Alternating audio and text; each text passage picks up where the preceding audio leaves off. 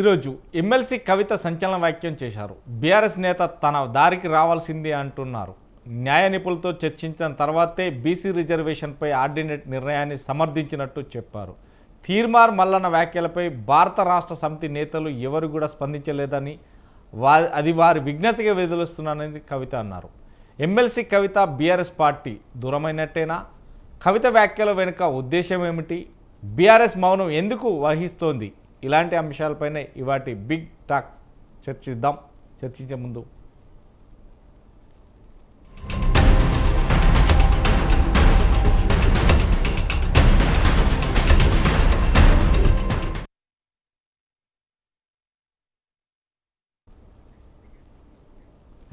ఇవాటి బిగ్ టాక్లో మనతో పాటు తాటికాయల జయరాం విశ్లేషకులు ఉన్నారు.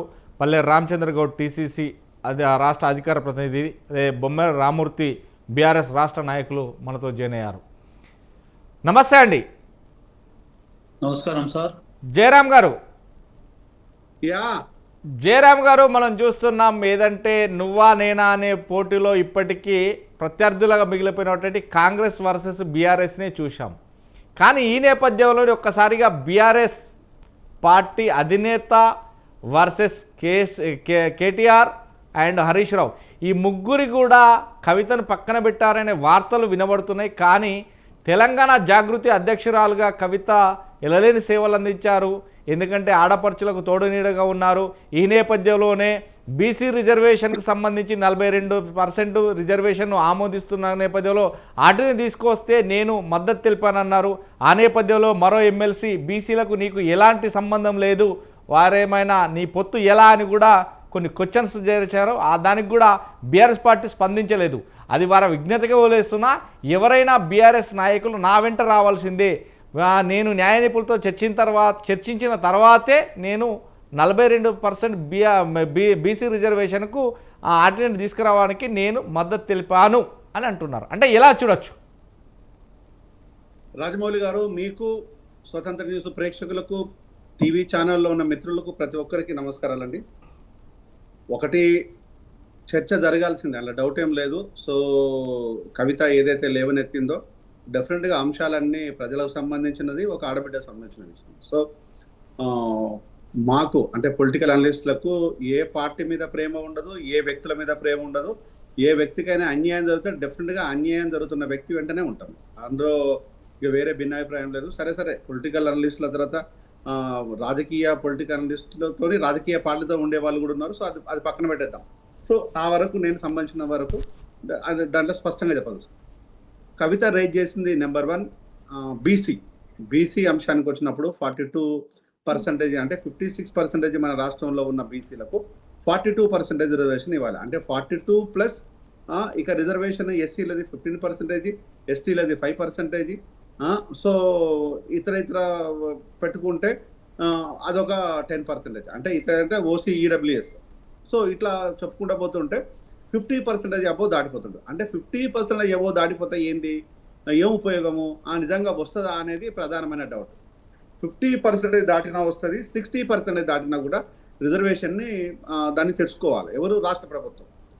దీనికి ఎగ్జాంపుల్ వచ్చేసి తమిళనాడు ఏం చేసిందంటే, జయలలిత గారు ఏం చేశారంటే అప్పుడున్న 50% రిజర్వేషన్లను 69%కి పెంచారు. ఆ పెంచిన రిజర్వేషన్లను ప్రజలకు ఇవ్వాలనుకున్న దానికి ఒక్కొక్క కులానికి సంబంధించిన బ్యాక్గ్రౌండ్, వాళ్ళ పరిస్థితులు, అక్కడ ఉండే ఎడ్యుకేషను, వాళ్ళ హెచ్చుతగ్గులు, వీటన్నింటి మీద కాన్సన్ట్రేట్ చేసి ఒక పెద్ద డాక్యుమెంట్ తయారు చేసి దాన్ని చట్టబద్ధత పార్లమెంట్లో చేపించేసి ఆ చట్టబద్ధంగానే ఇక్కడ రిజర్వేషన్ కేటాయింపులు చేశారు. ఇలా మనకు ఎక్కడ కేరళ కూడా అదే జరిగింది, తమిళనాడు జరిగింది, ఒరిస్సాలో కూడా కొంత జరిగింది, హర్యానాలో కూడా కొంత జరిగింది. లేదా చెప్పుకుంటూ పోతుంటే చాలా రాష్ట్రాలలో జరిగింది. ఈడబ్ల్యూఎస్ కూడా చట్టం ద్వారానే చేశారు. ఇది కూడా గుర్తుపెట్టాలి. పార్లమెంట్లో చట్టం ద్వారానే ఈడబ్ల్యూఎస్ రిజర్వేషన్ కూడా చేశారు. కానీ ఇక ఏది కూడా రేవంత్ రెడ్డి చెప్తున్నట్టుగా లేదు అనుకుంటే ఇక్కడ ఒక ఏదో తూతూ మంత్రంగా ఒక రాజముద్ర వేసుకొని దాన్ని చేస్తానంటే అది రిజర్వేషన్ అనబడదు. దానిపైన మళ్ళీ ఇతర సంఘాలు కానీ, ఇతర కొంతమంది ఆర్గనైజేషన్స్ కానీ ఎవరైనా కోర్టుకు వెళ్ళొచ్చు. వెళ్ళిన కోర్టుని డెఫినెట్గా దెబ్బ కొడతారు. అది రేవంత్ రెడ్డి కూడా తెలుసు. రేవంత్ రెడ్డి కూడా అప్పీల్ చేశారు. నేను రిజర్వేషన్ ఇస్తాను, ఆ రిజర్వేషన్కు ఎవరైనా కోర్టుకు వెళ్తారన్న విషయం తెలుసు కాబట్టి కోర్టుకు వెళ్ళి దెబ్బ కొడితే నేను ఏం చేయలేను అన్నాడు. అంటే ఇది కోర్టు డెఫినెట్గా వెళ్తారు, ఇది ప్రాబ్లం. అంటే ఇక్కడ ఓన్లీ మన రేవంత్ చేసే రిజర్వేషన్ మాత్రం అది రిజర్వేషన్ గా అనబడదు అనే దాన్ని రేవంత్ కూడా తెలుసు. సో ఇదొక అంశం. అది డెఫినెట్గా బీసీలకు పెద్ద ఉపయోగాలు ఏమి ఉండవు. ఇంకొకటి కూడా చేయొచ్చు, ఒకవేళ కనుక రిజర్వేషన్స్ పక్కన పెట్టేసి బీసీలకు రిజర్వేషన్ అంటే చట్టపరమైన రిజర్వేషన్, చట్టబద్ధమైన రిజర్వేషన్స్ పక్కన పెట్టేసి పార్టీ పరంగా రిజర్వేషన్స్ మాత్రం కేటాయించవచ్చు. అది ప్రతి పార్టీకి ఆ స్వతంత్రత ఉంది. ప్రతి పార్టీ కూడా అది కేటాయించవచ్చు. దాని మీద ఎవరు ఎలాగా అంటే ఇబ్బంది లేదు. కాంగ్రెస్, బీఆర్ఎస్ బీసీలకు 45, 42 ఏంది 56 కూడా ఇవ్వచ్చు వీళ్ళ చేత అయితే, నిజంగా వీళ్ళ చిత్తశుద్ధి ఉంటే. అది ఏ పార్టీలు ఇస్తుందో చూద్దాం. బీసీల మీద కాంగ్రెస్కి ప్రేమ ఉందా, బీఆర్ఎస్కి ఉందా, బీజేపీకి ఉందా, లేకపోతే ఇతర రాజకీయ పార్టీలు ఏ పార్టీకి ఉందో దీన్ని బట్టి వెళ్ళిపోతుంది. ఇస్తారని అనుకోవటం లేదు. సో ఇది ఇచ్చుకోవచ్చు, ఇది ఒక అంశం. నెక్స్ట్ ఇక బీఆర్ఎస్ పార్టీ మీద తను నాయకులు ఇక్కడ తీన్మార్ మల్లన్న మాట్లాడిన ప్రతి మాటను నేను ఖండించాను. సో డెఫినెట్గా నేను ఈ కవిత ఈ విషయంలో, ఈ పర్టికులర్ విషయంలో ఒక ఆడపిల్లకు సంబంధించిన తన ఆత్మగౌరవ విషయంలో కవితతోనే నేను ఉంటానని ప్రకటించాను. నేనే కాదు, యావత్ తెలంగాణ ప్రజలు కూడా ఈ అంశం మీద మాత్రం కట్టుబడి ఉన్నారు. ఆ విషయాన్ని నాకు చాలా మంది చెప్పారు, నేను కూడా చెప్తున్నాను. ఇది ప్రజాముఖంగా కూడా చెప్తున్నాను. ఏ ఆడబిడ్డను కూడా ఎవడు కూడా అలాంటి మాటలు మాట్లాడడానికి లేదు. దాన్ని డెఫినెట్గా ఖండిస్తూనే ఉంటాం. ఇక బీఆర్ఎస్ పార్టీ అంటారా, ఇక అది వాళ్ళకు సంబంధించిన అంశము. వాళ్ళు ఎందుకు ఖండించలేదు, ఎందుకు ఖండించాల్సి వచ్చింది, దీన్ని ఎందుకు రాజకీయంగానే చూస్తున్నారు, ఒక ఆడబిడ్డగా ఎందుకు చూడట్లేదు అనే విషయాన్ని మాత్రం డెఫినెట్గా మేము అనుకునే దానికంటే ఏదైతే మనం చూసాం అంటే తెలంగాణలో ఊత పదం అనేది ఖచ్చితంగా నానుడే, ఎందుకంటే ఉంటుంది. కానీ కంచం పొత్త మంచం పొత్త అనే మాట గౌరవపదంగా ఎవరైతే బీసీలకు సంబంధించిన వ్యక్తులు ఉన్నారో అది మాట్లాడడం తప్పులేదు. కానీ అది ఎవరు మాట్లాడచ్చు, ఒక లేడీ పట్ల జెంట్స్ మాట్లాడచ్చా, ఒక లేడీ పట్ల జెంట్స్ పట్ల లేడీస్ మాట్లాడాలా అనే నైతిక హక్కులు కొంతవరకు ఉండాలనేది పబ్లిక్ టాక్ కూడా. అంటే మనం చర్చించిన నేపథ్యంలో చాలా వరకు కూడా ఆ మాట ఒక లేడీస్ను మాట్లాడడం తప్పు అనేది చాలా వరకు కూడా వచ్చింది. కానీ అది ఊతపదం, తెలంగాణలో మాత్రం ఊతపదం. కానీ అది మాట్లాడాల్సింది ఒక జెంట్స్ పైన, అది సమయ సందర్భాన్ని బట్టి మాట్లాడాలనేది క్లారిటీగా ఉంది. ఎస్, చర్చించాను. మీ అన్మ్యూట్ చేసుకోండి ఒకసారి. Okay okay okay okay. ఇది ఒకటి మాత్రం మనం గుర్తుపెట్టుకోవాలి, తెలంగాణలో ఉన్న ఊత పదం ఉన్నది వాస్తవం. కానీ తీన్మార్ మల్లన్న చెప్తున్న ఊత పదం కాదా. ఎట్లా ఉండదంటే కంచం పొత్త మంచం పొత్త అనేది కులాలకు మధ్యలో మాట్లాడేటప్పుడు మాత్రమే వర్తిస్తుంది. అంటే తప్పే వ్యక్తిగతంగా ప్రజలతో మాట్లాడుతున్నప్పుడు వర్తించదు అది. అంటే ఇక్కడ వ్యక్తిగతంగా ప్రజలు ఇప్పుడు ఒక సమూహంతోనే ఇంకో సమూహం, అంటే మాదిగలకు మధ్యలో అన్నప్పుడు నీ దగ్గర కంచం పొత్తుందా మంచం పొత్తుందా అని మేము కూడా మాట్లాడాం ఆ విషయాన్ని. ఈ మంచాన్ని మాదిగలు మాట్లాడారు, మాలలు మాట్లాడారు, అనేక కులాలు మాట్లాడారు. అంటే ఈ రెండు కులాల మధ్య ఇది. కానీ ఇక్కడ స్ట్రైట్ గా తీర్మానం మళ్ళీ కవిత అనే వర్డ్ను ఉపయోగించేసి నీకు మాకు మధ్యలో కంచం పోతుందా మంచం పోతుందా అన్నాను. దాన్ని మాత్రమే నేను వ్యతిరేకించాను. కవితను పర్సనల్ గా అన్న మాటని మాత్రం వ్యతిరేకించాను తప్పితే నేను ఆ స్వభావం ఉంది కానీ లేదు కానీ వ్యక్తిగతంగా ఉండే మాటలు కానీ దాన్ని తెలంగాణ ప్రజలు డెఫినెట్ గా వ్యతిరేకిస్తారు. Right right right. Ramachandra Goud గారు నమస్కారం అండి, అందరికి నమస్కారం. నమస్తే. మొత్తం మీద మనం చూస్తున్నాం ఏదైతే తెలంగాణలో హిట్గా మారుతున్నటువంటి పరిణామాలు మనం చూస్తున్నాం. చాలా బిగ్ హిట్ అనుకోవచ్చు. ఎందుకంటే బీఆర్ఎస్ పార్టీ శ్రేణులు ఎవరైనా నా వెనకాల నడవాల్సిందే, నా దారికి రావాల్సిందే. కానీ నేను నియమ నిబంధనల ప్రకారం ఇటు లీగల్గా ప్రొసీడ్ అయిన తర్వాతనే నేను ఈ 42% తీసుకొచ్చే ఆటోమేటిక్ మాత్రమే మద్దతు తెలుపుతున్నాను అనే చెప్పడంలో ఎంతవరకు చిత్తశుద్ధి ఉంది అనేది బీఆర్ఎస్ వాళ్ళు అంటున్న నేపథ్యంలో, కానీ కవిత మాత్రం ఖచ్చితంగా నేను మద్దతు తెలుపుతున్నాను అంటున్నారు. అంటే కాంగ్రెస్ సపోర్ట్ చేసినట్టే అనుకోవచ్చా? నమస్కారం అండి. నిజానికి బీసీల పట్ల ఎవరు మాట్లాడినా దాన్ని మేము స్వాగతిస్తామండి. ఎందుకంటే బీసీలకు మేము చేయాలనే 42% రిజర్వేషన్ ఇవ్వాలనేది కాంగ్రెస్ పార్టీ ఉద్దేశము. దానికి ఈ కవిత చేసినా ఇంకెవరు చేసినా ఏ పార్టీ చేసినా మేము స్వాగతిస్తామండి. ముఖ్యంగా ఇక్కడ తీన్మార్ మల్లన్న, చింతపండు నవీన్ అనే అతను ఒక మహిళను మాట్లాడాల్సిన మాట కాదు. ఆమె ఓసీ కానీ ఏదన్నా కానీ బీసీల పట్ల సపోర్ట్ గా చేస్తుంది. ఆమె ఏమంటుంది అంటే ఎవరు చేసినా మనకు ఇప్పుడు తెలంగాణ ఉద్యమంలో అప్పుడు మాట్లాడాల్సింది గొంగటి పురుగునైనా ముద్దించుకుంటాం, మాకు తెలంగాణ ఇస్తే చాలనే రకంగా ఉండే. ఈ రోజు కూడా మేము బీసీలకు న్యాయం చేయాలని ఎవరు సహకరించినా, కవిత చేసినా, కేటీఆర్ చేసినా, బీజేపీ చేసినా సహకరిస్తాము. ఇక్కడ నవీన్ గారు మాట్లాడింది ఒక మహిళను కించపరిచే రకంగా మాట్లాడడం అనేది పద్ధతి కాదు. సభ్య సమాజము దాన్ని అంగీకరించరు. ఏది జరిగినా ఒక మహిళను, ఒక అక్కా చెల్లెళ్ళు ఉంటారు, అన్నదమ్ముళ్ళు ఉంటారు, ఎవరున్నా కానీ అది సమాజంలో మాట్లాడాల్సిన అవసరం లేదు. ఆయన తెలంగాణ యాస భాష అంటుండు. తెలంగాణ యాస భాష ఈ రకంగా ఎవరికి నేర్పించింది లేదు. అందరికి సమాజంలో ఉన్నతంగా ఉండే రకంగా ఉంది. తెలంగాణ సమాజము మాటలో అయినా కానీ ఈ వాళ్ళ రకంగా అంటే ఏ రకంగా అయినా కానీ మర్యాద ఇచ్చిపుచ్చుకంలో కానీ తెలంగాణ ప్రజలు అత్యుత్తమంగా ఉంటారు, అందరికీ ఆదర్శంగా ఉంటారు. ఇది అయితే సమాజంలో ఒప్పుకోవాల్సిన విషయం కాదు. అదే రకంగా కవిత విషయం అది వాళ్ళ పార్టీ అంతర్గత వ్యవహారం. ఆ అంతర్గత వ్యవహారంలో కేటీఆర్ కు, కవితకు, హరీష్ రావుకు, కేసీఆర్ కు మధ్యలో జరగాల్సిన విషయం. దాంట్లో వాళ్ళు నేను ఉన్నతంగా ఉండాలనే ఆలోచనతో వాళ్ళు మాట్లాడుతున్నారు. నిజానికి అది ఒకసారి బయట పడ్డదంటే అది వాళ్ళ కొన్ని సీక్రెట్స్ కూడా బయటకు వచ్చినాయి. ఈ కేటీఆర్ గురించి కూడా ఆయన ఒక రకంగా ఆయన చేసిన తప్పు అనేది ఆయన ఓపెన్ గా చెప్పింది. కేటీఆర్ వ్యక్తిత్వం గురించి మాట్లాడడం జరిగింది. అదే రకంగా కేసీఆర్ గురించి నువ్వు బీసీల గురించి మాట్లాడాల్సింది ఉండే కానీ నువ్వు మాట్లాడలేదు డాడీ అనే రకంగా మాట్లాడింది. అది కూడా ఓపెన్ అయిపోయింది. ఇంకో విషయము బీజేపీతోని కలిసి మాట్లాడుకున్నారనే ఓపెన్ అయిపోయింది. అంటే వాళ్ళ ఉన్న సీక్రెట్స్ అనేది ఒక మహిళ ద్వారా, అక్క ద్వారా అనుకో, చెల్లె ద్వారా అనేది బయటకు వస్తుంది. వాళ్ళు ఒకటి ఈ అంతర్గత పోరులో మేము బలంగా ఉండాలి, నాదే హై లెవెల్ ఉండాలి అనే కవిత ఆలోచన చేస్తున్నట్టుంది. కేటీఆర్ కూడా ఆలోచన చేస్తున్నట్టుండు. ముఖ్యంగా వాళ్ళిద్దరి మధ్యలో జరుగుతుంది ఆర్థిక లావాదేవీలుగా, ఆర్థికంగా వాళ్ళకి ఇచ్చిపుచ్చుకోవడం మధ్యలో కావచ్చు, వాళ్ళు ఏదన్నా ఆర్థికంగా సంబంధించింది కావచ్చు, మళ్ళీ పార్టీలో నాది గెలవాలి, నాదే ఉండాలనే ఆలోచనతో ఉన్నట్టున్నది. కానీ ఈ సందర్భంగా అంటే మనకు అందరికి ప్రజానికానికి తెలిసింది ఏంటంటే ఆ లుకలుకలు అనేది వాళ్ళకు మంచిది కాదు. అది పార్టీ ఇప్పటికే వీక్ అయిపోయింది. ఎందుకంటే ఎమ్మెల్యే ఎలక్షన్ల వరకు వాళ్ళు ఒక 35-36 సీట్లతో వచ్చారు. తర్వాత వాళ్ళు డిపాజిట్ కూడా లేకుండా 8 సీట్లను జీరోగా వచ్చారు. తర్వాత క్యాండిడేట్ కూడా లేకుండా అయిపోయింది. అంటే వాళ్ళ పరిస్థితి ఏంటంటే అంటే మేము కాంగ్రెస్ పార్టీ తరఫున మేము కోరుకునేది ఏంటంటే అన్ని పార్టీలు అందరు సమానంగా ఉండాలి, అపోజిషన్ అనేది కరెక్ట్ ఉండాలి. ఈ రోజు ఏమైతుందంటే బీజేపీ కూడా ఏం చేస్తుంది, ఈ రిజర్వేషన్ల గురించి గుజరాత్లో ఉంది, యూపీలో ఉంది, మధ్యప్రదేశ్లో ఉంది. ఈ బీజేపీకి సంబంధించిన అన్ని రాష్ట్రాలలో బీసీకి సంబంధించిన మైనార్టీలకు, ముస్లింలకు షేర్ అనేది ఉంది. ఈ రోజు కాదు, 1882 నుంచి అంటే బ్రిటిష్ కాలం నుంచి కూడా మైనార్టీలు బీసీలలో కలిసి ఉండేది అనేది ఉంది. ఎన్నో ఉదాహరణలు కూడా ఉన్నాయి.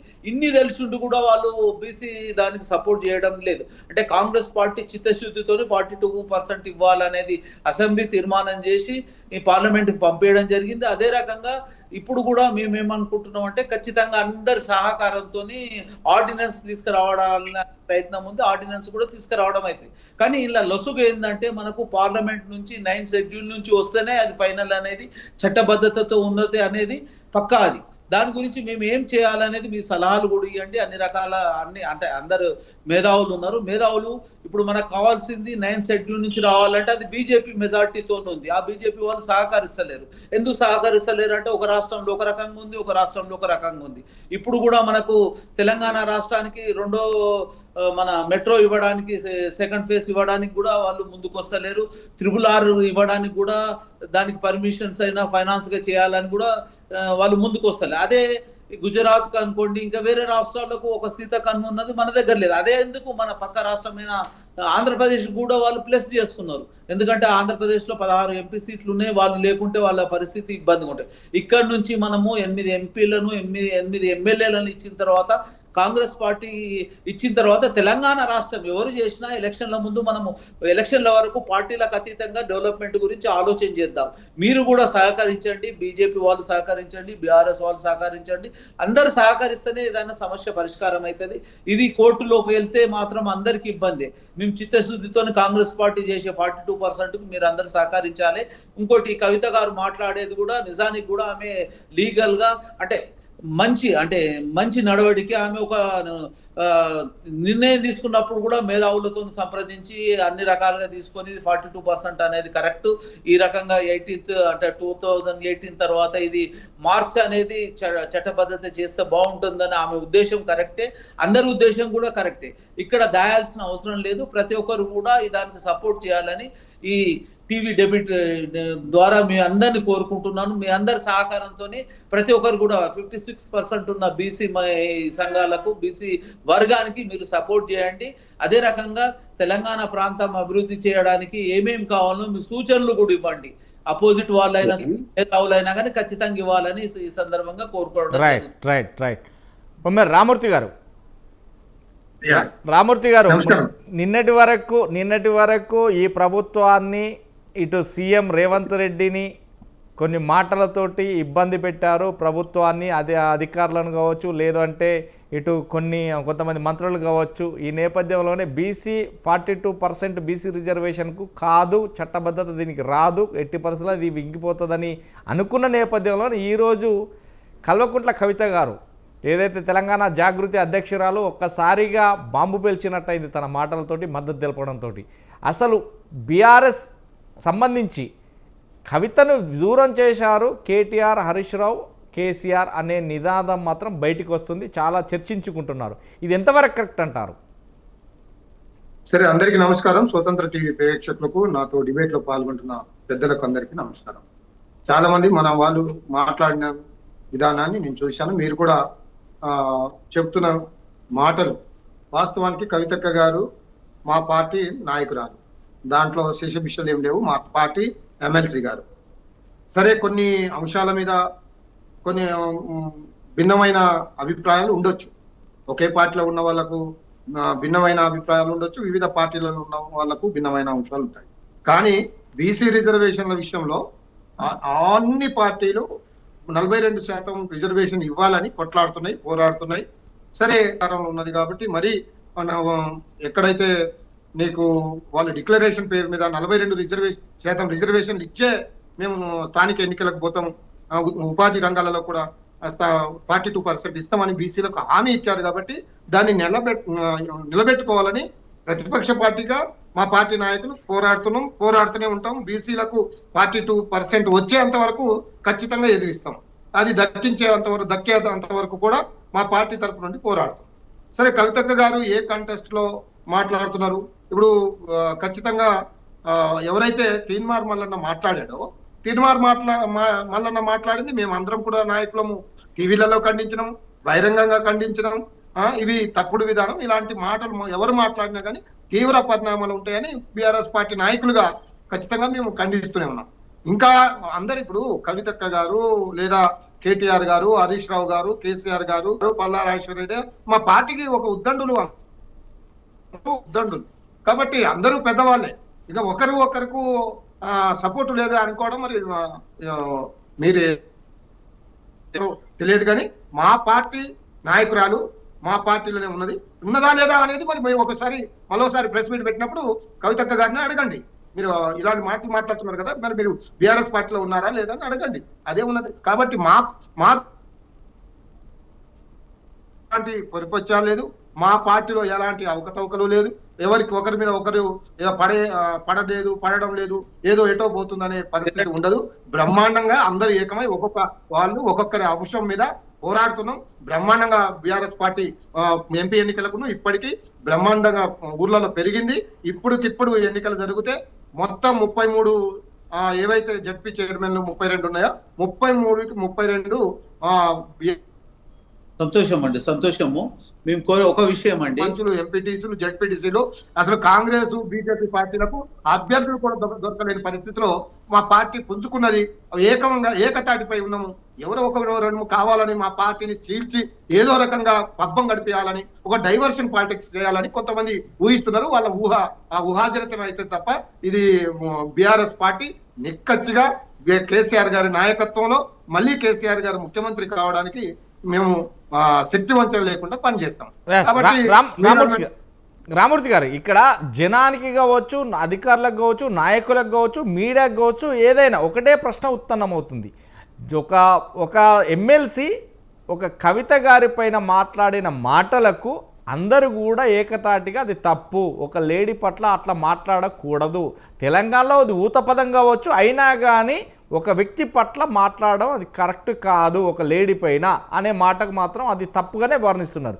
కానీ సబండ వర్ణాలు తప్పుగా వర్ణించినప్పుడు దీన్ని సొంత కూతురు కేసీఆర్కి, కేటీఆర్కు సొంత చెల్ల, ఈ నేపథ్యంలో హరీష్ రావుకు దగ్గర బంధువు, అంటే సొంత మన తెలంగాణ భాషలో బావ మరదళ్ళు, అలా నేపథ్యంలోనే వారు ముగ్గురు, ఎందుకంటే మాజీ సీఎం కేసీఆర్, ఇద్దరు మినిస్టర్లు తెలంగాణలో ఆరితేరిన మంత్రులు, వీళ్ళు అంటే ఒక ఇంటి పెద్ద పలకరింపు లేకుండా చుట్టుపక్కల వాళ్ళు పలకరిస్తే ఎలా ఉంటుంది, అట్లనే ఇప్పుడు కూడా వీరు ఎందుకు స్పందించలేరనే ఒక ప్రశ్న ఉత్పన్నం అయితే దానికి సమాధానం మాత్రం చెప్పండి.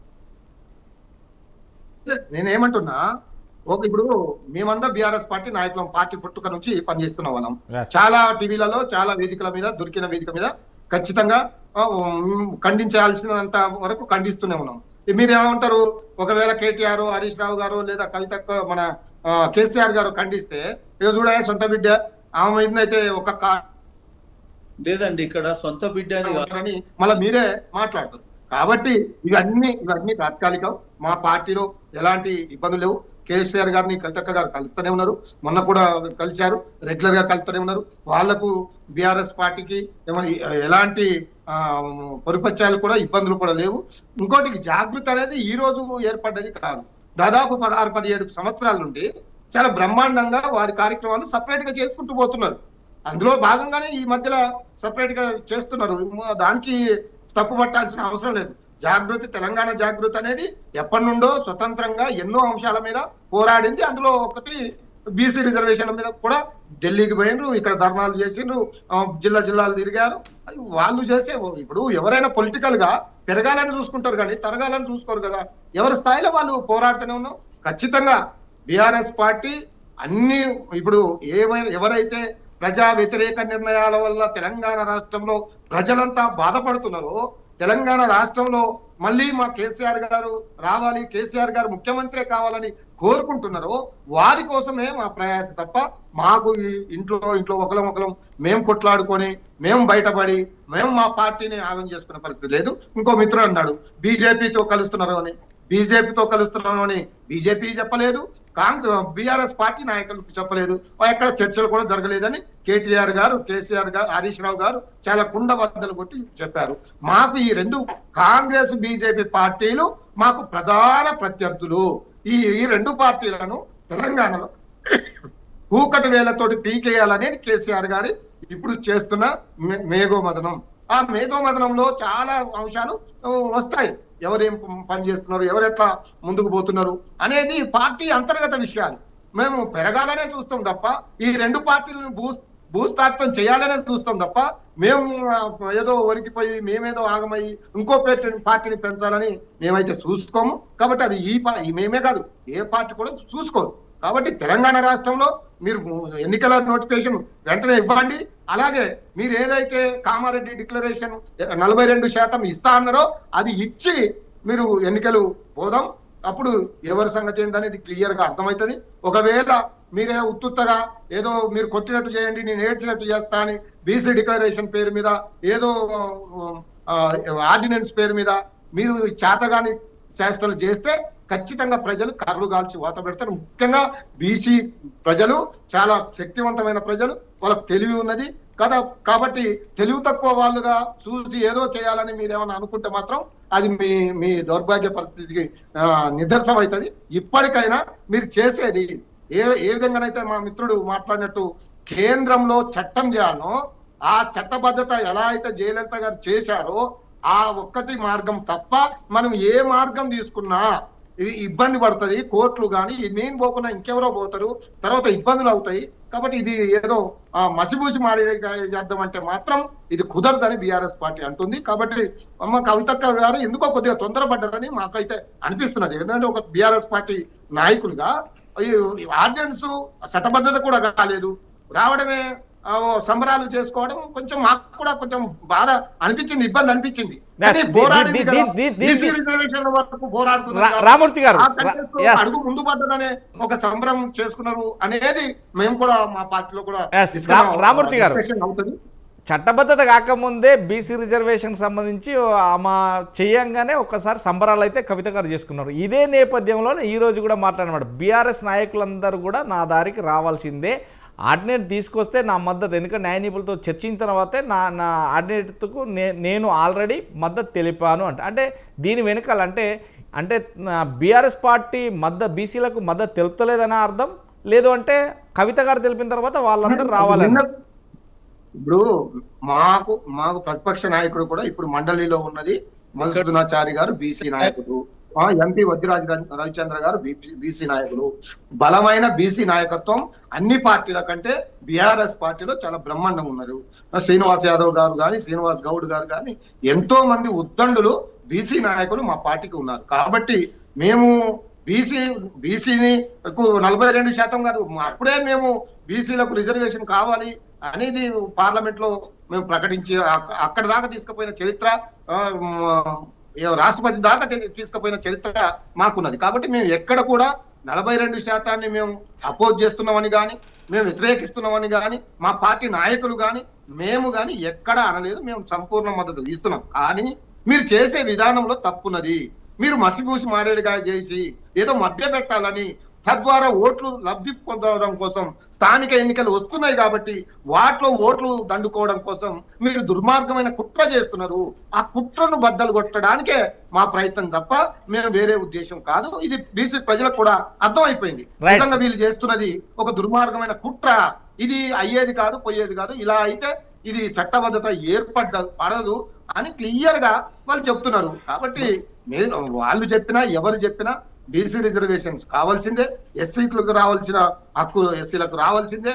కాబట్టి ఇది జరగాలి అంటే పార్లమెంట్ లో చట్టం కావాలనేది నా అభిప్రాయం. కాబట్టి కవితక్క గారు మా పార్టీ నాయకురాలు, మా పార్టీ ఎమ్మెల్సీ. కాబట్టి నేను పార్టీలో లేను అని చెప్పలేదు, పార్టీ నన్ను దగ్గర తీసుకోవడం లేదని చెప్పలేదు, కేసీఆర్ గారికి నేను దూరమైందని చెప్పలేదు, కేటీఆర్ గారి మీద ఏదో అబద్ధాలు చెప్పిందని చెప్తున్నారు. అది కూడా పచ్చి అబద్ధం. కేటీఆర్ గారు ఈ తప్పు చేసిందని కవితక్క గారు ఏ టైంలో కూడా ఏ మీడియాతో కూడా ఒక్క మాట కూడా చెప్పలేదు. ఇది పచ్చి అబద్ధం. ప్రతిపక్షాలు కావాలని డైవర్షన్ పాలిటిక్స్ చేసి ఏదైతే ప్రతిపక్షం ఉందో బీఆర్ఎస్ పార్టీని చిన్నాభిన్నం చేయాలని ఒక కుట్ర. కాబట్టి ఈ కుట్రలో మేము పడే పరిస్థితి లేదు. ఎందుకంటే మేము మంచి ఉద్దండులను చూసిన వాళ్ళం. చంద్రబాబు నాయుడు కంటే ముందు రాజశేఖర్ రెడ్డి గారిని చూసినాం, ఎన్నో పోరాటాలు చేసినాం. కాబట్టి వీళ్ళ మాటలకు ఎవరు కూడా స్పందించాల్సిన అవసరం లేదన్నారు. కాబట్టి బీఆర్ఎస్ పార్టీ ఖచ్చితంగా మా లక్ష్యం స్థానిక ఎన్నికలు, మా పోరాటం బీసీలకు 42% వీళ్ళు అన్నారు కాబట్టి, ప్రామిస్ చేశారు కాబట్టి అది అమలయ్యేదాకా మాత్రం పోరాటం. రైట్. రామచంద్ర గౌడ్ గారు, రామూర్తి గారు చెప్తున్నారు కవిత గారు ఎప్పుడు కూడా కేసీఆర్ గురించో కేటీఆర్ గురించో ఎక్కడ ఏ మీడియా ముందట మాట్లాడలేదు, ఎప్పుడు కూడా అనలేదు. కానీ కావాలనే మా బురజలుతున్నారు, ప్రతిపక్షం మీద ఆరోపిస్తుంది గవర్నమెంట్ అంటున్నారు. అది ఆమె రాసిన లెటర్లోనే ఉన్నది. కవిత గారు రాసిన లెటర్లోనే ముఖ్యంగా వాళ్ళ అన్న గురించి మాట్లాడిన మాటలు మీరు ఒకసారి చూసుకోండి. దాంట్లో ఎవరు మార్చాల్సిన అవసరం లేదు. కేటీఆర్ ఎలాంటి వ్యక్తి అనేది అందులో ఆమె వర్డ్స్లోనే తెలిసిపోతుంది. అదే రకంగా డాడీ మీరు బీసీల గురించి మాట్లాడాల్సింది ఉండే, బీజేపీ గురించి కూడా మాట్లాడాల్సింది ఉండే అనేది ఆమె లెటర్ రాసిన ఆమె చెప్పింది. అది అందరికీ ఓపెన్ అయింది. దాంట్లో మీరు బీజేపీ సపోర్ట్గా పోతుండ్రు అనే విషయం మాట్లాడడం అయింది. నేను ఆబ్జెక్షన్ చేస్తేనే ఆగింది అనేది ఒకటి, అది క్లియర్గా ఆమె లెటర్ రాసిన దాంట్లోనే ఉన్నది. దాంట్లో మన ఎవరు మసి గురించి మాయర్గా చేయాల్సిన అవసరం లేదు. ఒకటి, కాంగ్రెస్ పార్టీకి చిత్తశుద్ధి ఉంది. జనగణనతో పాటు కులగణన చేసి 50 రోజుల టైం ఇచ్చేసి కులగణన చేసిన తర్వాత కూడా మళ్ళీ సెకండ్ విడత కూడా ఒక 1 వీక్ 10 డేస్ టైం ఇచ్చేసి సుమారుగా 96% వరకు కులగణన చేయడం జరిగింది. దాంట్లో ఎలాంటి వెనుకడు వేయలేదు. కాంగ్రెస్ పార్టీ అసెంబ్లీలో తీర్మానం చేసి ఏకపక్షంగా చేసి పార్లమెంటుకు పంపించడం జరిగింది. మళ్ళీ ఈ జంతర్ మంతర్ దగ్గర బీసీ నాయకులతోని బీసీ సంక్షేమ సంఘం చేసిన దానికి మన ముఖ్యమంత్రి గారు, పిసిసి అధ్యక్షులు, మంత్రులు, బీసీ మంత్రులు 16 పార్టీలు కూడా సంఘీభావం తెలిపి ఈ పార్లమెంటును నిలదీయడం కూడా జరిగింది, పార్లమెంటులో కోరడం జరిగింది. కాంగ్రెస్ పార్టీ దీంట్లో బీసీలకి దీంట్లో తప్పు చేయాల్సిన అవసరం లేదు. క్లియర్ గా ఏదైతే చేయాలో క్లియర్ గా ఉన్నది, దాంట్లో తప్పు అవసరం లేదు. ఇక్కడ కవిత అనేది ఒక ఆడపిల్ల గురించి మాట్లాడిన విషయాల గురించి మామూలు వ్యక్తులు, కాంగ్రెస్ పార్టీ అని కావాలి అనుకోండి, మేధావులు కావాలి అనుకోండి, ప్రతి ఒక్కరు కూడా ఖండిస్తున్నారు. నీ కుటుంబ సభ్యులైనా నీ అన్నగారు మాట్లాడడం లేదు, తండ్రి మాట్లాడడం లేదు, బావమ్మ గారు మాట్లాడడం, అంటే ఇది వాళ్ళ మధ్యలో వైరంశాలు, అంటే దూరం ఉందనేది క్లియర్గా అవుతుంది. అంటే 4-5 రోజులకు అవుతున్నా మాట్లాడతలేరు అంటే దాంట్లోనే అర్థమవుతుంది. ఒక చిన్న విషయం కూడా కాదు. ఆ మాట ఒక అమ్మాయిని, ఒక లేడీ గురించి మాట్లాడుతా అంటే ప్రతి ఒక్కడు బయటవాడే మాట్లాడుతున్నారు. ఇంటి వాళ్ళకి వచ్చిందంటే వాళ్ళ మధ్యలో ఏదో ఉంది. ఇంకోటి కవిత మాట్లాడిన దాంట్లో ఆమె చేతులు ఏది ఉందో కానీ పవర్ఫుల్ గా మాట్లాడుతుంది. ఎందుకు మాట్లాడుతుంది అంటే అందరూ నా దగ్గరికి వస్తారు అనే రకంగా. అంటే ఆమె చేతిలో ఏ కీలు బొమ్మ ఉంది, వీళ్ళందరి ఆయువు పట్టు ఉందా, మరి ఇంకా పార్టీకి సంబంధించింది ఏది ఉందా? ఇంకోటి ఆమె న్యాయంగా కూడా బీసీల గురించి మాట్లాడుతుంది. ఆమె తీసుకున్న ఉద్దేశము, తీసుకున్న వే అనేది కరెక్ట్ ఉన్నది. ఇప్పుడు బీజేపీ మన బీఆర్ఎస్ మిత్రుడు మాట్లాడినట్టు నిజానికి మేము కోరుకునేది బీఆర్ఎస్ పార్టీ పునర్జీవం పోసుకొని మంచిగా ఉండాలని కోరుకుంటున్నాము. ఒక్కొక్క దగ్గర ఒక ఎమ్మెల్యేలు సొంత ఊర్లలో పూర్తిగా ఎంత అన్యాయం చేసిండ్రు అనేది ఒక్కొక్కటి బయటకు తీస్తుంటే తెలుస్తుంది. వాళ్ళకు ఆ రోజు సైకిల్ మోటార్ లేని వాళ్ళు ఈరోజు రాజభోగాలు వాళ్ళకు ఏ రకంగా వచ్చినాయి. 2000లో వాళ్ళ ఆస్తుల వివరాలు ఏంది, 2014లో ఆస్తుల వివరాలు ఏంది, 2023 వరకు వాళ్ళ ఆస్తుల వివరాలు చూస్తే ప్రతి దగ్గర వాళ్ళు పూర్తిగా అన్యాయం చేసిన విషయాలు బయటకు వస్తున్నాయి. న్యాయబద్ధంగా మీరు ఆలోచన చేసి చూడండి. ఎక్కడ ఒక ఎమ్మెల్యే మీద మధ్య సదాభిప్రాయం లేదు, పార్టీ మీద కూడా సదాభిప్రాయం లేదు. వాళ్ళ కార్యకర్తలు కూడా, వాళ్ళ దగ్గర వాళ్ళు కూడా పూర్తిగా ఇప్పటికీ ఈ పార్టీ ఉంటుందా ఊడదా అంటే నేను కోరుకునేది ఏంటంటే కాంగ్రెస్ పార్టీ తరఫున కోరుకుంటున్నా బలమైన ప్రతిపక్షంగా ఉండాలి. ఆ రోజు కేసీఆర్ గారు ముఖ్యమంత్రి ఉన్న రోజుల్నే ఆయన ప్రజలకు అందుబాటులో లేకుంటే ఎక్కడనో ఉన్నాడు. ఈ రోజు ఫామ్ హౌజుల్లో ఉంటున్నాడు. ఆయనకు ఆరోగ్య పరిస్థితి బాగాలేకుంటే ఇంకా కేటీఆర్కి అని, హరీష్ రావుకి అని, ఇంకెవరికి అని ఆయన సుమారుగా ప్రతి నెల 5 లక్షల రూపాయలు శాలరీ తీసుకొని ప్రతిపక్ష హోదాతోని ఆయన క్యాబినెట్ హోదాతోని బతుకుతున్నాడు. అంటే క్యాబినెట్ అన్ని వసతులు తీసుకుంటున్నాడు. అన్ని వసతులు చేసుకున్నప్పుడు పార్లమెంట్ అంటే నువ్వు అసెంబ్లీకి వచ్చి నువ్వు అసెంబ్లీకి సంబంధించిన ప్రతిపక్ష హోదాలో నువ్వు మాట్లాడాల్సిన అవసరం లేదా నీకు? లేదా నిన్న మొన్న అంటే ఒక 1 వీక్ ముందు 10 డేస్ ముందు గజ్వేల్ రైట్ రామచంద్ర గౌడ్ గారు, నేను మళ్ళీ మీ దగ్గరకు వస్తా. మనకు మరొక వ్యక్తి శంకరొల్ల రవికుమార్, బీజేపీ రాష్ట్ర అధికార ప్రతినిధి కూడా జూమ్లో జాయిన్ అయ్యారు. రవికుమార్ గారు, ఇవన్నీ విషయాలు రవికుమార్ గారు ఒక్క నిమిషం మళ్ళీ మీద రవికుమార్ గారు, నీ వాయిస్ వినబడుతుందా? మా వాయిస్ నీకు క్లారిటీ ఉందా? వస్తుంది. నా వాయిస్ వస్తుందా మీకు?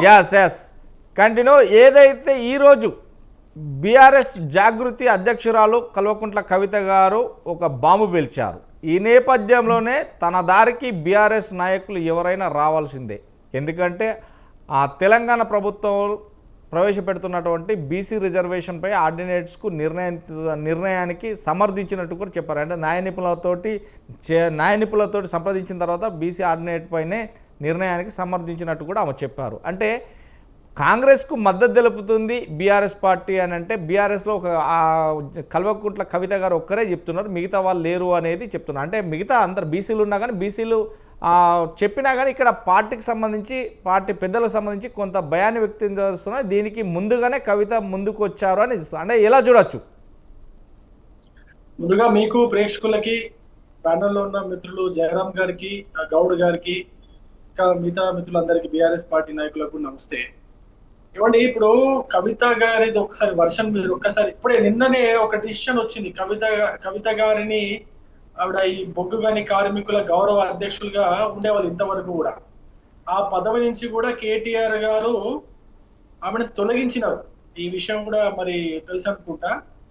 దానికి కౌంటర్ గానే ఈవిడ ఈరోజు స్టేట్మెంట్ మీడియాతో చిట్ చాట్ చేస్తూ ఈ యొక్క స్టేట్మెంట్ ఇచ్చినట్టుగా మనకు అనిపిస్తుంది. ఏదైతే బొగ్గు గని కార్మిక సంఘము టిఆర్ఎస్ పార్టీకి అనుబంధంగా పనిచేస్తుందో, బిఆర్ఎస్ పార్టీకి అనుబంధంగా పనిచేస్తుందో, ఆ సంఘానికి కవిత గారు గౌరవ అధ్యక్షులు ఉంటే ఆవిడని తీసేసి ఆవిడ స్థానంలో వేరే వారిని కేటీఆర్ గారు నియమించారు. ఆ నియామకానికి వ్యతిరేకంగానే ఈ రోజు వ్యతిరేక స్వరం కవిత గారి దగ్గర నుంచి వచ్చిందని చెప్పేసి నేను నమ్ముతున్నాను. ఇది మొట్టమొదటి పాయింట్. అండ్ రెండో పాయింట్ ఏంటంటే, బిఆర్ఎస్ పార్టీలో కవిత గారికి డోర్స్ చూపిస్తున్నా కూడా ఆవిడ బయటికి పోకుండా ఇంకా వాళ్ళ నాన్న పేరు చెప్పుకొని బిఆర్ఎస్ పార్టీలో వేలాడుతుందని చెప్పేసి కేటీఆర్ గారు అనుకున్నట్టుగా మనకు చాలా స్పష్టంగా తెలుస్తుంది. అటు కేటీఆర్ గారేమో వెళ్ళిపోమని చెప్పేసి అంటున్నారు, చెప్పగానే చెప్తున్నారు. ఇటేమో కేసీఆర్ గారు కూడా అసలు ఆవిడని పట్టించుకోవట్లేదు. అంటే బిఆర్ఎస్ పార్టీలో ఎవరు కూడా కవిత గారిని పట్టించుకోవట్లేదు, అంత సీరియస్ గా ఎవరు తీసుకోవట్లేదు. ఆవిడ పార్టీ నుంచి వెళ్ళిపోతేనే బాగుంటుందనే ఒక సందేశము కేసీఆర్ గారి నుంచి కావచ్చు, కేటీఆర్ గారి నుంచి కావచ్చు, ఇక హరీష్ రావు గారి దగ్గర నుంచి కావచ్చు, ఇది ఆల్రెడీ వచ్చేసింది. అయినప్పటికీ ఆవిడకి వేరే ఆప్షన్ లేక బిఆర్ఎస్ పార్టీని పట్టుకొని తిరుగుతా ఉన్నది. జాగృతి అని చెప్పేసి ఆ జాగృతి పేరుతో రకరకాలైనటువంటి ఇప్పుడు ఎలా ఉంటుందంటే అండి, ఒక ఉనికిని చాటుకోవడానికి ఏదో ఒక కార్యక్రమాలు తీసుకోవాల్సి ఉంటుంది అనమాట. ఆ ఉనికిని చాటుకునే ప్రయత్నంలో భాగంగానే ఈవిడ బీసీ రిజర్వేషన్ల అంశాన్ని తన నెత్తి మీదకి ఎత్తుకున్నట్టుగా ఆవిడ డ్రామాలు ఆడుతుందే తప్ప నిజంగా కూడా ఆవిడ కూడా బీసీ రిజర్వేషన్ల పైన ఎటువంటి మక్కువ లేదు. బీసీ రిజర్వేషన్ల పైన ఆవిడ ఇంతకుముందు ఎప్పుడు పోరాటం చేసింది లేదు. కనీసం బీసీ రిజర్వేషన్ల గురించి, బహుజనుల గురించి నోరెత్తి ఎప్పుడు కూడా మాట్లాడింది కూడా లేదు. మనము 9.5 సంవత్సరాల బిఆర్ఎస్ పాలనలో కేసీఆర్ గారు ముఖ్యమంత్రిగా ఉన్నప్పుడు కేసీఆర్ గారి హయాంలో బీసీలకు ఎంతైతే అన్యాయం జరిగిందో మనం అందరం కూడా చూసాం. అనేక డిస్కషన్లలో మనం మాట్లాడుకున్నాం. అయినప్పటికీ కూడా ఎప్పుడు కూడా ఆవిడ బీసీ రిజర్వేషన్లు తగ్గించినప్పుడు కావచ్చు, అదే విధంగా బీసీలకు ఎటువంటి పథకాలు లేకుండా బీసీలకు రావాల్సినటువంటి ఏదైతే ఈ బడ్జెట్ కావచ్చు, ఆ బడ్జెట్ పెట్టకుండా కావచ్చు, బీసీ గురుకులాల్లో విద్యార్థులు అనేక అవస్థలు పడుతున్నప్పటికీ కావచ్చు, బీసీలకు సంబంధించినటువంటి వృత్తుల పైన ఎక్కడ కూడా ఎటువంటి బడ్జెట్ కేటాయించకుండా అనేక రకాలైనటువంటి ఇబ్బందులు గురి చేసినప్పుడు కావచ్చు, ఎప్పుడు కూడా కవిత గారు మాట్లాడలేదు. ఇప్పుడు సడన్ గా బిఆర్ఎస్ పార్టీ అధికారం కోల్పోయిన తర్వాత, కాంగ్రెస్ పార్టీ అధికారంలోకి వచ్చిన తర్వాత, భారతీయ జనతా పార్టీ కేంద్రంలో నుండి ఇక్కడ ఉన్న తెలంగాణ రాష్ట్రంలో ఉన్నటువంటి బీసీలకు అనేక పథకాలు ప్రవేశపెట్టి ఆ పథకాలని ఖచ్చితంగా అమలు చేసినప్పుడు, దాని తర్వాత కాంగ్రెస్ పార్టీ అధికారంలోకి వచ్చిన తర్వాత ఈ బీసీలకు 42% రిజర్వేషన్ ఇస్తానని వాళ్ళు హామీ ఇచ్చి ఆ హామీని కూడా వాళ్ళు అమలు చేయడానికి మీనమేషాలు లెక్కించినప్పుడు ఏడో వచ్చి తన ఏదో నెత్తి మీద వేసుకొని ఆవిడ మాట్లాడుతున్నట్టు, ఆవిడనే బీసీల కోసం పోరాటం చేసిన 40-50 సంవత్సరాల నుంచి బీసీల హక్కుల కోసం పోరాడుతున్నటువంటి అనేక సంఘాలు ఉన్నాయి. ఒక ఆర్ కృష్ణయ్య గారి సంఘం కావచ్చు, ఇక అనేక సంఘాలు బీసీల కోసం పోరాడుతూనే ఉన్నాయి. ఈమెనే మొత్తం చేసేసినట్టు, ఏమైనా పోరాడినట్టు, ఏమైనా సాధించినట్టు ఏమి వేషాలు చేస్తుందో అర్థం కావట్లేదు. ఇది ఒక విషయం. ఇంకొక విషయం కూడా నేను చాలా స్పష్టంగా చెప్పదలుచుకున్నా. ఈ రాష్ట్రంలో తెలంగాణ రాష్ట్రం ఏర్పడిన తర్వాత ఇప్పటికీ 11 సంవత్సరాలు దాటిపోయింది. ఈ 11 సంవత్సరాల్లో బీసీలకు చిత్తశుద్ధితో, మనస్సాక్షితో ఏమైనా చేయాలని అటు కాంగ్రెస్, ఇప్పుడున్న కాంగ్రెస్ కానీ అప్పుడున్నటువంటి బిఆర్ఎస్ పార్టీ కానీ ఎప్పుడు కూడా చిత్తశుద్ధితో ఆలోచించలేదు, ఎప్పుడు కూడా చిత్తశుద్ధితో చేయలేదు. కామారెడ్డి డిక్లరేషన్ పెట్టి బీసీలకు 170-180 హామీలు ఇచ్చారు. ఆ 170-180 హామీల్లో ముఖ్యమైనది 1,00,00,000 కోట్లతో బీసీలకు బడ్జెట్ పెడతారు 5 సంవత్సరాల్లో. ఆ లెక్కన 5 సంవత్సరాల్లో చూసుకున్నప్పటికీ కూడా 20,000 కోట్ల రూపాయలు మొదటి సంవత్సరం బడ్జెట్ పెట్టాలా. ఎంత పెట్టిరండి? వీళ్ళు పెట్టిన బడ్జెట్ 3,000 కోట్ల రూపాయలు. బీసీల సంక్షేమం కోసం వీళ్ళు పెట్టినటువంటి బడ్జెట్ 3,000 కోట్ల రూపాయలు. వీళ్ళు కూడా బీసీలను మోసం చేయాలనే కంకణం కట్టుకొని మరీ పనిచేస్తున్నారు తప్ప బీసీలకు న్యాయం చేయాలని చెప్పేసి కాంగ్రెస్ పార్టీ కూడా అనుకోవట్లేదు. ఈ విషయంలో భారతీయ జనతా పార్టీ చాలా క్లారిటీగా ఉన్నది. ఇదే అంశాలన్నింటినీ కూడా మేము రేపు రాబోయే స్థానిక సంస్థల ఎన్నికల్లో ప్రజల్లోకి తీసుకొని పోయి ఖచ్చితంగా బీసీల ద్వారా ఈ కాంగ్రెస్ కి, బిఆర్ఎస్ కి బుద్ధి చెప్పేటట్టుగా వాళ్ళ యొక్క ఓట్లన్నిటినీ కూడా ఒకవైపు పోలరైజ్ చేసి భారతీయ జనతా పార్టీ వేసే విధంగా మేము కృషి చేస్తాం, పని చేస్తాం. దానికి తగ్గట్టుగా ఇంకో విషయం కూడా అండి, బీసీలను విద్య నుంచి దూరం చేయాలా, బీసీలను రాజకీయం నుంచి దూరం చేయాలా, బీసీలను వ్యాపారంలో నుంచి దూరం చేయాలా. కాంగ్రెస్ పార్టీ ఇచ్చినటువంటి హామీల్లో ముఖ్యమైనది బీసీ గురుకులాలకు అన్ని వసతులు కల్పిస్తూ బీసీ గురుకులాల్లో చదువుకుంటున్నటువంటి బీసీ విద్యార్థులందరికీ కూడా ఎక్కడ కూడా ఇబ్బంది కలగకుండా వాళ్ళ చదువుకి కావాల్సినటువంటి అన్ని ఏర్పాట్లు చేస్తామని చెప్పింది. ఏం చేస్తుందండి, గత 48 గంటల్లో 7 బీసీ విద్యార్థులు, బీసీ గురుకులాల్లో చదువుకునేటువంటి విద్యార్థులు ఆత్మహత్యలు చేసుకున్నారు. సోమవారం నుండి ఈ రోజు వరకు ఎంతమంది 7 విద్యార్థులు చనిపోయినప్పటికీ కూడా ఈ ప్రభుత్వం నుంచి చలనం లేదు, ఈ యొక్క అపోజిషన్ పార్టీ నుంచి చలనం లేదు. కవిత గారు ఉన్నారు. రవికుమార్ గారు నేను మళ్ళీ మీ దగ్గరికి వస్తాను. ఒక నిమిషం. ఇంకొక 7 విద్యార్థులు గాయపడ్డారు. ఫుడ్ పాయిజన్ తో ఉన్న వాళ్ళు కొంతమంది ఉన్నారు. వాళ్ళకు ఇష్టం లేక అక్కడ అవస్థలు పడలేక వాళ్ళు ఆత్మహత్యకు ప్రయత్నించి గాయపడిన వాళ్ళు ఉన్నారు. ఇప్పుడే నేను నిమ్స్ నుంచి వస్తున్నా, అందుకే కొంచెం లేట్ గా డిబేట్ లో జాయిన్ అయ్యా. నిమ్స్ లో 4 విద్యార్థులు ఇప్పటికీ కూడా ట్రీట్మెంట్ పొందుతున్నారు. 2కి కాళ్ళు ఇరిగినాయి, ఇద్దరికి వాళ్ళకు సర్జరీ నడుస్తా ఉన్నది. వాళ్ళందరినీ పోయి మాట్లాడించి పలకరించి వచ్చినాం మేము, మా రాష్ట్ర అధ్యక్షులు కలిసి.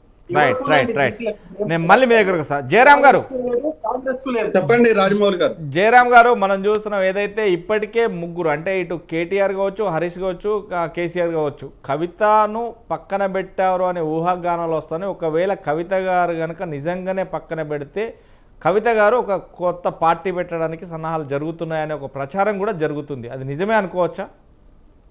అంటే దీంట్లో అది కవిత మాత్రమే చెప్పాలి, లేదు అనుకుంటే కేసీఆర్ గారు చెప్పాలి. ఇది ఇద్దరు కంటే ఊహాగానాలు అనేటివి డెఫినెట్గా ఊహాగానాలే అవుతుంది. ఒకవేళ కనుక కవిత పార్టీ పెట్టేడతానని మాత్రం ఎక్కడ చెప్పలేదు. నేను బీఆర్ఎస్లోనే ఉన్నాను. తను ఏం చెప్తుందంటే నాకు సపోర్ట్ ఇవ్వలేదు, ఖండించలేదు అన్న తప్పితే నేను పార్టీ మారుతా కానీ పార్టీ పెడతా అని అనలేదు. దీంట్లో మనం అబ్జర్వ్ చేయాల్సింది, పార్టీ పెడతా అని చెప్పలేదు, పార్టీ మారుతా అని చెప్పలేదు. నాకు నా పార్టీలో ఉండే వ్యక్తులు సపోర్ట్ చేయలేదు, దాన్ని ఖండించలేదు అని చెప్పింది. సో వాస్తవానికి ఖండించలేదు అనడానికి కారణాలు ఉండొచ్చు. సో బీఆర్ఎస్ పార్టీకి కారణాలు ఉండొచ్చు, ఆ పార్టీ అధినేత కారణాలు ఉండొచ్చు. ఎందుకంటే కూతురు విషయానికి వచ్చినప్పుడు ప్రజలు మొత్తం సపోర్ట్ చేసినప్పుడు నేనుగా సపోర్ట్ చేస్తే ఒక కూతురుకు తండ్రిగానే అవుతుంది తప్పితే ఒక పార్టీకి నాయకుడిని కాదు. రాష్ట్ర సీఎంగా, మాజీ సీఎంగా మాట్లాడితే ఒక కూతురు విషయంలోనే మాట్లాడారు, ఇతర విషయాల్లో మాట్లాడలేదు అనే దాని గురించి ఇవన్నీ వస్తాయి. అంటే నేను కేసీఆర్ గారితో కలిసి కొంతకాలం పనిచేశాను. కేసీఆర్ గారి ఇది ఎట్లా ఉంటుందంటే తను మాట్లాడుతున్నప్పుడు ఒక అంశం ఆలోచించారు, అనేక అంశాలను ఆలోచించేసి తను చెయ్యాలనుకున్నది మాత్రం చేస్తారు. ఈ విషయం కవితకు తెలియంది కాదు. సో కవితకు బీఆర్ఎస్ పార్టీ శ్రేణులు అని చెప్పారు. ఇంకో అది కూడా అబ్జర్వ్ చేయాలి. ఈ రాజకీయాలలో ఏం జరుగుతుంది అంటే ఎక్కడ తన తండ్రి విషయంలో కానీ, తన అన్న విషయంలో కానీ, బావ విషయంలో కానీ, లేదనుకుంటే తన కజిన్ అయిన సంతోష్ విషయంలో కానీ వ్యక్తుల గురించి మాత్రం మాట్లాడలేదు.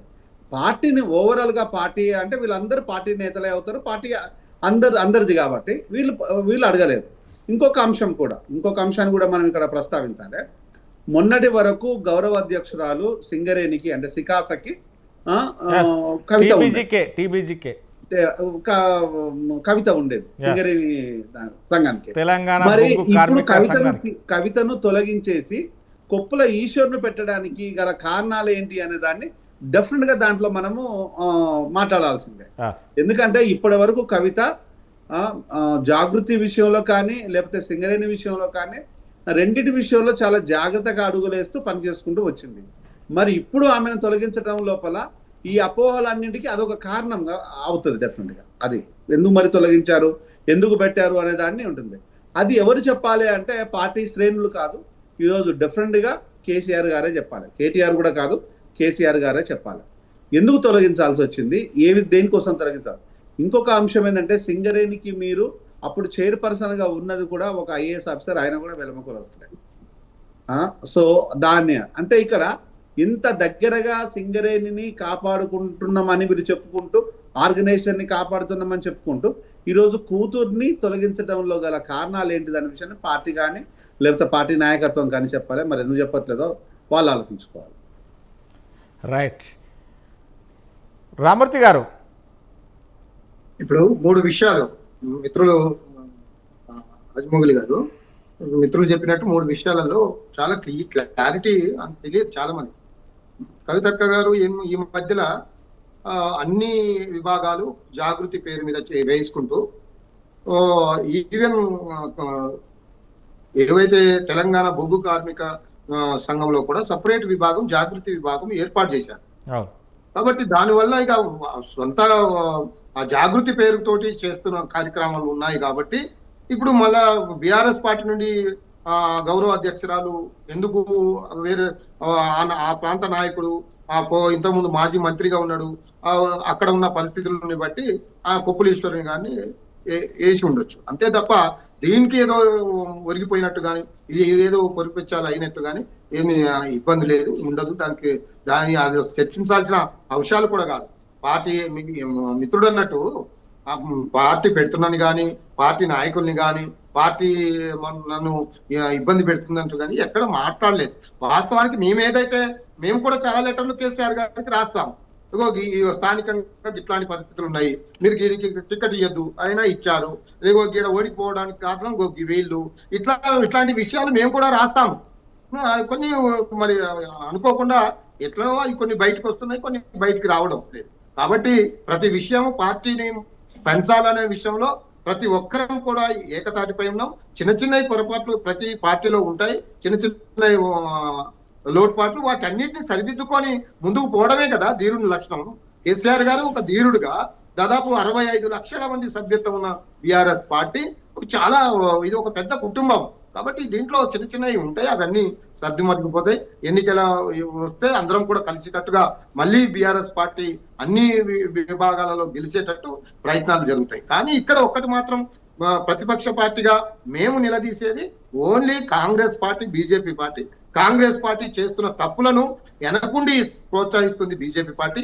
ప్రతి విషయంలో కవిత గారిని ఇప్పుడే మా రవికుమార్ గారు అంటే నాకు చాలా గౌరవం, కానీ ఆమె వేషాలు వేస్తున్నారని ఒక మహిళా నాయకురాలను పట్టుకొని వేషాలు అనే మాట మాట్లాడుతున్నారు. దీన్ని తీవ్రంగా ఖండించాలి. ఆయన కూడా దానికి వెనుక్కు తీసుకోవాలని ఈ సందర్భంగా మీ ద్వారా కోరుతున్నాను. కొద్దిగా నాలుక దగ్గర పెట్టుకొని జరిగిందో మా న్యూస్ బీఆర్ఎస్ పార్టీ నాయకులపై చేస్తే ఏం జరిగిందో అలా జరుగుతాయి. కాబట్టి మీరు కూడా మాట్లాడేటప్పుడు పెద్దలుగా మీరు అన్ని తెలిసిన వారుగా కొంచెం మాట్లాడేటప్పుడు ఎవరి మీద మాట్లాడుతున్నాం, ఏ సామెత ఎవరితోటైనా వాడొచ్చా. ఇంతకుముందు మా డాక్టర్ గారు చెప్పారు, వాస్తవానికి సామెతలు ఉంటాయి, కానీ ఆ సామెత ఎప్పుడు ఎక్కడ ఉపయోగించాలి కానీ ఎక్కడ పడితే అక్కడ ఉపయోగించామంటే గట్లనే అయితే. కాబట్టి ఇది ఈ వ్యవస్థల్ని ఈ సిచ్యువేషన్ ని ఇప్పటికైనా బంద్ చేసుకోవాల్సిన అవసరం ఉంది. ఇలాంటి వ్యవహారాలు రవికుమార్ గారు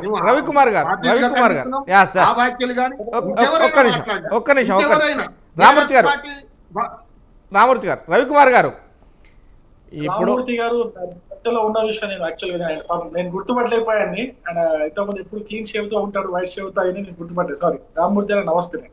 అయితే నేను ఒక విషయం చెప్తున్నా వినండి. నేను ఎప్పుడు కూడా ఎవరిని కూడా కించపరిచే వ్యాఖ్యలు ఎప్పుడు నేను చేయలేదు.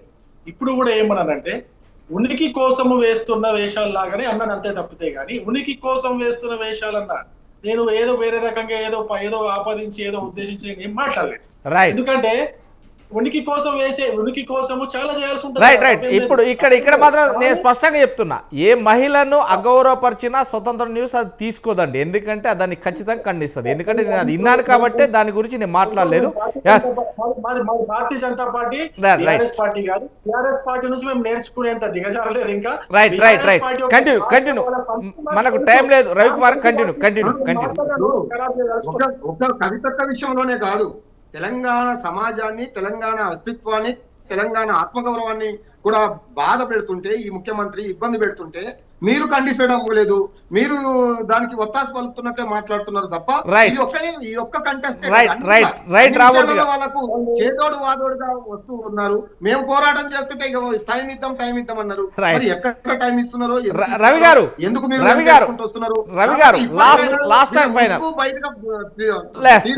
వీళ్ళిద్దరు ఒకటే. ఈ కేంద్ర పార్టీలు అయినా ఏవైతే రెండు ఉన్నాయో ఈ రెండు పార్టీలు ఒక తల్లి బిడ్డలు అన్నట్టే. రైట్ ఒక రైట్ కోస- రవి గారు ఒక తాను మొత్తం మీద కోసమే ఏదైతే వీళ్ళిద్దరు బీసీ వ్యవహరిస్తున్నారు. ఎస్ కాబట్టి ఎస్ ఎస్ BRS పార్టీ ఏందనేది ప్రజలకు అర్థమైపోయింది. ఒక్క నిమిషం చిన్న కన్ఫ్యూజ్ ఒక్క నిమిషంలో కట్ చేయండి రవి గారు. ఏదైతే తెలంగాణ ఏర్పడడం ముందట తెలంగాణలో మా కాంగ్రెస్ పార్టీ ఏర్పడే ముందు కులగణనకు సంబంధించి బీసీ గణన కూడా చేపట్టిన నేపథ్యంలో ఇంటికి మొత్తం సర్వే రిపోర్ట్ చేసి అది అసెంబ్లీలో తీర్మానం చేసిన నేపథ్యంలోనే అది ఆర్డినేట్కు పంపడం జరిగింది. కానీ అది మా కేంద్రంలోనే ఆగిపోయింది. దాన్ని ఎందుకు బీజేపీ ప్రభుత్వం అక్కడ ఉన్న నేపథ్యంలో ఇప్పుడు ఉన్న బీజేపీ ఎంపీలు కావచ్చు మంత్రులు కావచ్చు అందరూ కూడా 8 ఎమ్మెల్యే పదవులు ఎంపీల పదవులు ఇచ్చినా కానీ తీసుకురాలేదంటారు. దానికి ఎందుకు అనేది అది ఒక్క కారణం ఒక్క నిమిషంలో చెప్పండి. ఒకటి రాజమౌళి చిన్నది. కవితక్క గారు జనాభాని తగ్గించారు అని మన అసెంబ్లీలో శాసన మండలిలో గద్దించి మీరు తెలంగాణ బీసీలకు దుర్మార్గంగా వ్యవహరిస్తున్నారు, మీరు మోసం చేస్తున్నారు, జనాభాను కూడా చంపే ప్రయత్నం చేస్తున్నారు అనే ఒక మాటలు కూడా కవితక్క గారే చెప్పారు. రైట్ రైట్ రవి గారు కంటిన్యూ. నేను ఏమంటున్నా, బీసీ యొక్క ఇప్పుడు మార్చి 18 అనుకుంటా అసెంబ్లీలో ప్రవేశపెట్టారు బీసీ బిల్లుని తెలంగాణ రాష్ట్రంలో. ఇప్పుడు మార్చ్ ఏప్రిల్ మే జూన్ ఇప్పుడు జూలై అయినా ఏప్రిల్ మే జూన్ జూలై 4 నెలలు అయిపోయింది. ఈ 4 months బిఫోర్ మీరు ఎప్పుడైతే బీసీ బిల్లు 2 బిల్లులు మీరు అసెంబ్లీలో ప్రవేశపెట్టినారో, కాంగ్రెస్ పార్టీ వాళ్ళని అడుగుతున్నారు, 2 బిల్లులు మీరు ప్రవేశపెట్టినారో అదే రోజు ఈ బీసీ బిల్లులకు బదులుగా మీరు ఇదే ఆర్డినెన్స్ ని అదే రోజు అప్పుడు అసెంబ్లీలో పెట్టో లేకపోతే డైరెక్ట్ గవర్నర్ గారి దగ్గర నుంచి ఆమోదించుకునో వెంటనే మార్చ్ తర్వాత ఏప్రిల్లో మీరు ఎలక్షన్స్ కి స్థానిక సంస్థ ఎలక్షన్స్ కి పోయి ఉండింటే మీకున్న చిత్తశుద్ధి బీసీల పట్ల మీకున్న చిత్తశుద్ధి తెలిసేది అందరూ ఒప్పుకునేవారు. కానీ మీరు అలా చేయలేదు. ఇది కేంద్ర ప్రభుత్వం ఎప్పుడైనా గుర్తుపెట్టుకోండి, కేంద్రంలో ఒకవేళ కాంగ్రెస్ పార్టీ అధికారంలో ఉన్నప్పటికీ కూడా కేవలము ఒక బీసీ అనేది కేవలం తెలంగాణ రాష్ట్రంలో లేరు కదండి. బీసీలు అనేది దేశం మొత్తం మీద ఉన్నారు. ఆ బీసీల సబ్జెక్ట్ అనేది మొత్తం గత 50-60 సంవత్సరాలుగా నడుస్తున్నటువంటి సబ్జెక్ట్, మండల్ కమిషన్ దగ్గర నుంచి నడుస్తున్నటువంటి సబ్జెక్ట్. ఆ సబ్జెక్ట్ ని మీరు ఓన్లీ తెలంగాణ రాష్ట్రం కోసమే కేంద్రం పనిచేయాలి, ఆ తెలంగాణ రాష్ట్రానికి అనుకున్న అయితే కాంగ్రెస్ పార్టీ 42% రిజర్వేషన్ ఇచ్చింది కాబట్టి వాళ్ళ కోసము ఈ యొక్క బీజేపీ ప్రభుత్వం వెంటనే ఈ బిల్లులు ఆమోదించాలా, పార్లమెంట్ చేయాలనుకుంటే తెలంగాణ సెంట్రిక్ గా కేంద్ర ప్రభుత్వం పనిచేయదు. ఓన్లీ తెలంగాణలో ఉన్నటువంటి ప్రభుత్వం, కాంగ్రెస్ ప్రభుత్వం ఇచ్చిన హామీల కోసం కేంద్ర ప్రభుత్వం పనిచేయదు. దేశం మొత్తాన్ని సెంట్రిక్ గా తీసుకొని దేశంలో ఉన్న బీసీలందరికీ కూడా నిజంగానే అన్యాయం జరుగుతుందని చెప్పేసి నమ్మి బీసీలను కూడా ఈ యొక్క జనగణనలో బీసీల కులగణన కూడా చేయాలని చెప్పేసి కేంద్ర ప్రభుత్వము ఇప్పుడు ముందుకొచ్చింది. దాన్ని మీరు స్వాగతించాలా. ఇది రైట్ రవి గారు, మొత్తం మీద బిగ్ టాక్ లో పాల్గొన్న మీ అందరికి కూడా థ్యాంక్ యూ అండి. మొత్తం మీద ఈ రోజు బిగ్ టాక్ లో పాల్గొన్న తాటికేల జయరామ్ గారికి, అదేవిధంగా పల్లె రామచంద్ర గౌడ్ గారికి, అదేవిధంగా శంకరుల రవికుమార్ గారికి, బొమ్మెర రామూర్తి గారికి థ్యాంక్ యూ వెరీ మచ్ అండి. ఈరోజు బిగ్ టాక్ చూస్తున్నారు. మరొక బిగ్ టాక్లో మళ్ళీ కలుసుకుందాం. అంతవరకు చూస్తూనే ఉండండి సొంత న్యూస్.